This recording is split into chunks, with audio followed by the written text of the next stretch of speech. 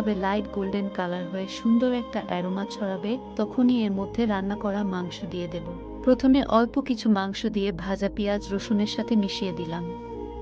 এরপরে বাকিটা মাংস দিয়ে ভালোভাবে মিশিয়ে দিয়ে 30 সেকেন্ডের মতো ঢাকনা দিয়ে রাখব। এতে করে ভাজা পেঁয়াজ রসুনের সুঘ্রাণ মাংসের মধ্যে প্রবেশ করবে। আর এই যে পেঁয়াজ রসুনের বাগারটা দিলাম, এটা কিন্তু একটা কালা ভুনার ইম্পর্ট্যান্ট পার্ট।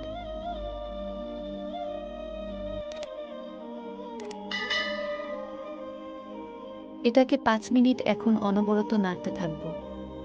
5 মিনিট পরে দেখুন বন্ধুরা, আমার ট্রেডিশনাল গরুর মাংসের কালা ভুনা সম্পূর্ণ রেডি।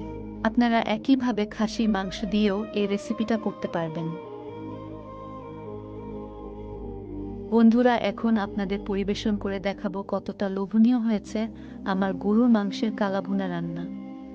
বন্ধুরা, আমার রেসিপি ভালো লাগলে এখনো যারা আমার চ্যানেল